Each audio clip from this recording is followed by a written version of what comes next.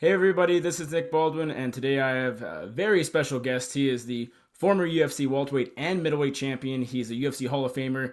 He's one of the greatest to ever do it. The pride of Quebec, Canada. It is the one, the only George St-Pierre. George, how are you? Thank you very well. Yourself. I'm doing really well. I appreciate you taking the time. It's a pleasure. Thanks so much. Lots to talk about. So little time. Let's dive right into it. First, I want to ask.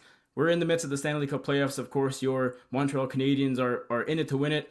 Tough hill to climb so far. The Washington Capitals are doing really well, but have you been paying attention? Have you been rooting on your Canadians? Yeah, I mean, I've been traveling, but I Mm-hmm. look at what happened. Unfortunately, they lost. They're gonna have to overcome their two losses, and now they're coming in Montreal. So I think it's gonna be good. I hope they're gonna win the next Mm-hmm. two matches. The atmosphere. I mean, you can speak on this. Fighting in Montreal. I'm sure you've been to many games in Montreal, hockey games. That is, the atmosphere at the Bell Center is kind of something different, isn't it? Yeah, I mean, it was unbelievable. Makes me remember great souvenirs. Mm-hmm. And speaking of the Bell Center, you had the opportunity to introduce Team Canada at the Four Nations face-off back in February. I think people really loved that. I think it was really cool. What was that experience like for you? It's a great experience. I didn't even have time to get back to my seat to watch the game after the third fight broke up. It was unbelievable. I think people were saying, they were inspired to fight because you were there. Well, maybe I heard that is the American that instigate the fight. Hmm. I mean, I Hmm. don't know if it's true or correct, but it was very entertaining. Either way, the UFC is coming back to Montreal May 10th. It is the promotion's first event there in 10 years, which is crazy. Just because, of course, when you were active, when you were competing, Montreal was they went to Montreal very often. You headlined a lot of events in Montreal. You're going to be there cornering Aiemann Zahabi. I assume you would have been there regardless. How excited are you for the UFC to come back to Montreal, and why do you think it's been so long since they've come to the city? Yeah, I mean, normally they use local guy to headline the card, and now they're coming. They have a few guys fighting. Barrio is fighting. Mm-hmm. Aiemann is fighting. Jose Aldo. Jose Aldo is one of the best to ever done it, and yeah, he's a friend of mine. I'm gonna be in his corner, and for me, it's fun to go back and there, like just like I don't compete anymore, but I can get that feeling back a little bit as a trainer, sort of, as a cornerman. And you've cornered some fighters in the UFC before, haven't you? Yeah.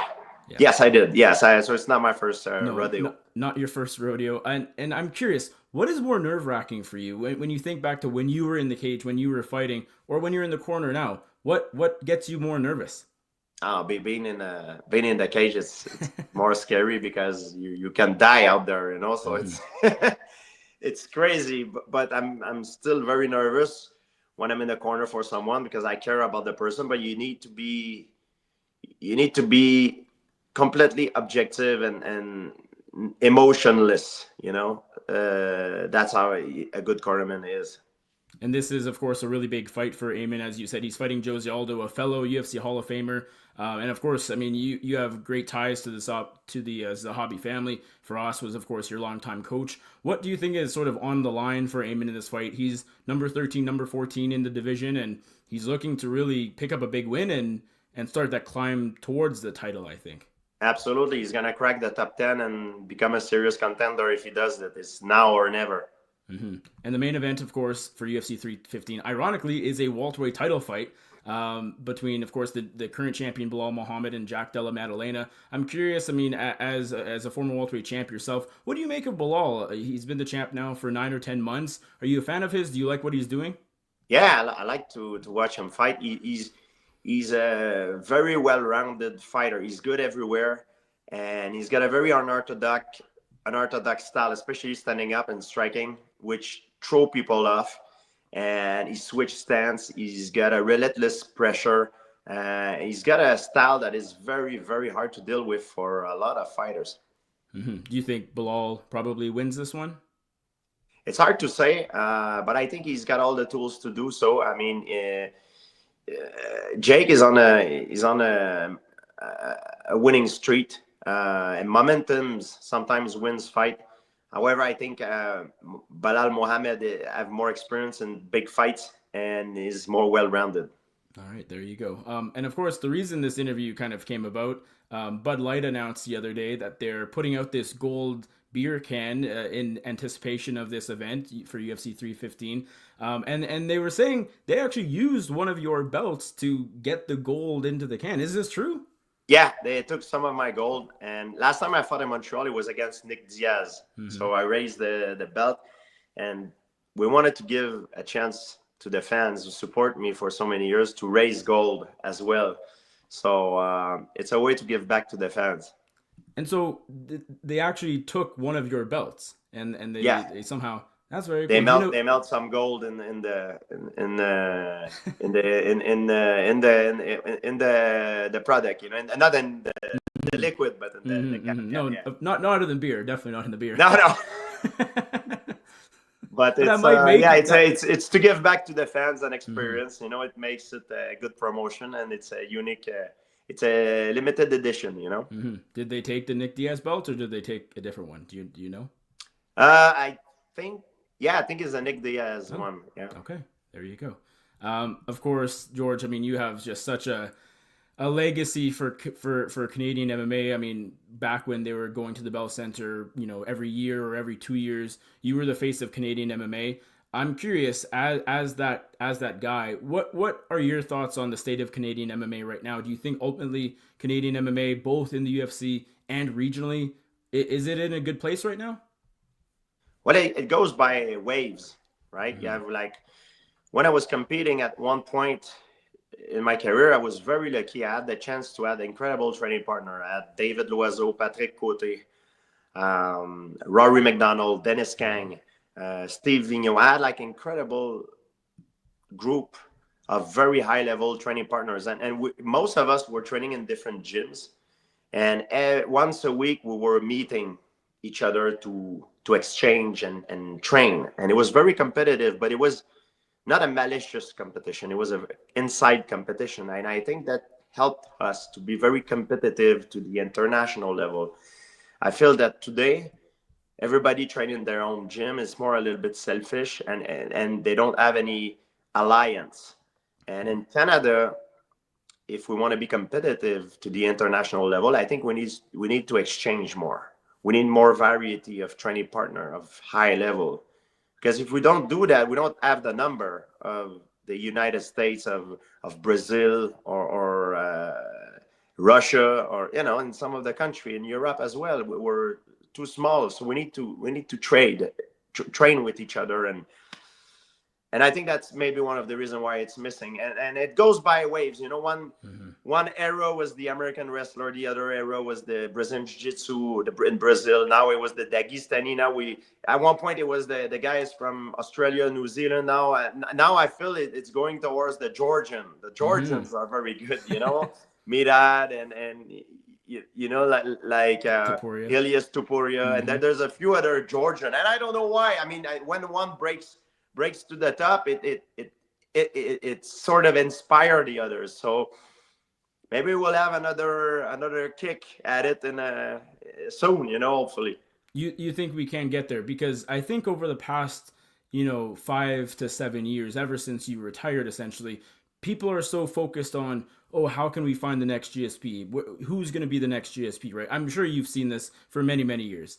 And maybe it's not fair, because you are arguably the greatest fighter of all time. And so trying to find another number one or number two greatest fighter of all time is very, very difficult to do, if not impossible. But do you think we can, we as in Canadian MMA, can get to a point again where, we have champions, we have top contenders like Rory was back in the day? As you're saying, if people train together, if we make some change, you think we can get back there and have a champion again? Absolutely. There's many ways to get to the top, and records are made to be broken, my friend. And I don't like when people try to compare themselves to me. I mean, we're all different. I never try to compare myself to someone at the time that was higher than me. I try to compare myself to what I was yesterday and get better every day by a little bit. And by doing that, and in the long run, you look back and like, wow, what an improvement. And that's how you should do it. You know what I mean? Like, people, they compare themselves, they try to go by big leap. life doesn't work like that, especially in sport, in martial art. It's small leap every day, and that's what matters the most. Is there any name or names in mind of the people in the UFC? You know, you have Jillian Robertson, of course. You have Aiemann, you have Charles Jourdain, Marc-Andre Barrios. Anyone's Mike Malott. A lot of people Yeah, think Mike Malott can sort you of be the you next just face. you just name it. You just name it. These are the best guy we have, and Mhm, they mhm. can do well. They can get better and improve, and little by little, maybe one day get to the championship fight. Moving on from that, I was just reading an article on Sportsnet about you when this Bud Light sponsorship was announced. You just seem to have so many things going on. As you're saying, you're traveling. I think I saw you were in Washington, D.C., maybe yesterday or the other day. Maybe you're still there. I don't know. Are you busier now than you were when you were fighting? Yeah, I'm more busy now than I was when I was fighting. When I was fighting, everything was centered towards being the strongest man in the world. But now I'm more of an entrepreneur. I have different business, always related to health and fitness. Most of it. I have a fitness equipment, health. I mean, fitness equipment company. They use kinesthetics.